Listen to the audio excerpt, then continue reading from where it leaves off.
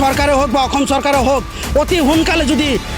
শহীদ বীৰ লাবিকুল ইছলামৰ হত্যাকাৰী যদি গ্ৰেপ্তাৰ নকৰে বা শহীদ পৰিয়ালে হোক বা আমাৰ বিটিচিৰ যিমান সংখ্যালঘু ৰাইজ আছে তেওঁলোকক ন্যায় যদি প্ৰদান নকৰে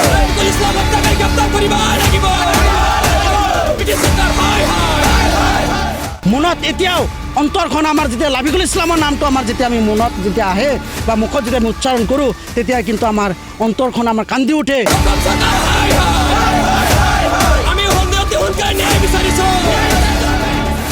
হয় চাওক, আমি বছৰ বছৰ ধৰি 2017 চনৰ পৰা আৰম্ভ কৰি 2026লৈকে আমি শহীদ বীৰ লাবিকুল ইছলামৰ ন্যায়ৰ কাৰণে বিভিন্ন সময় বিভিন্ন সভা সমিতিত আমি প্ৰতিবাদ কাৰ্যসূচী ল'বলৈ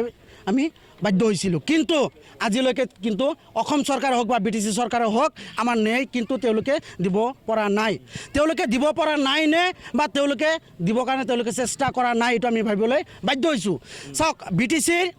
আমি সেকেন্ড লাৰ্জেষ্ট পপুলেশ্যন BTCত, কিন্তু এই BTCৰ সংখ্যালঘু ৰাইজৰ কাৰণে ন্যায় নিৰাপত্তা আৰু অধিকাৰৰ কাৰণে যেতিয়া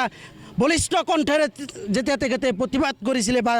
চৰকাৰক বাধ্য কৰাইছিলে কিছুমান ৰাজহুৱা স্বাৰ্থজনিত কামত, তেতিয়া চৰকাৰৰ মূৰৰ কামৰণি হৈ উঠিছিল নেকি লাবিকুল ইছলাম ডাঙৰীয়াই। তেখেতৰ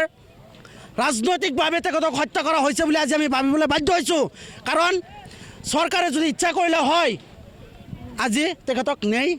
কেতিয়াই প্ৰদান কৰিব পাৰিলে হয়। আজি অধীৰ বিশ্বাসে আমি আছোঁ যে অসম চৰকাৰে হোক বা BTC চৰকাৰে হোক শহীদ বীৰ লাবিকুল ইছলামৰ হত্যাকাৰীক ন্যায় দিব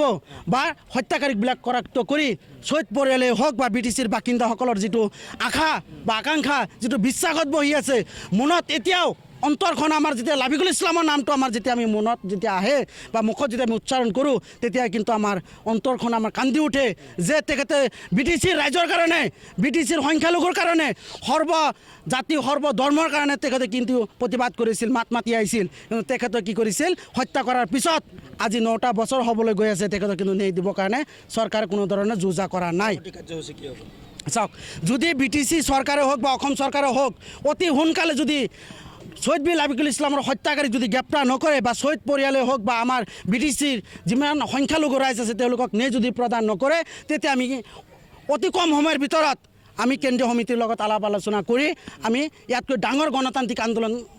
কৰি তুলিবলৈ আমি বাধ্য হ'ম।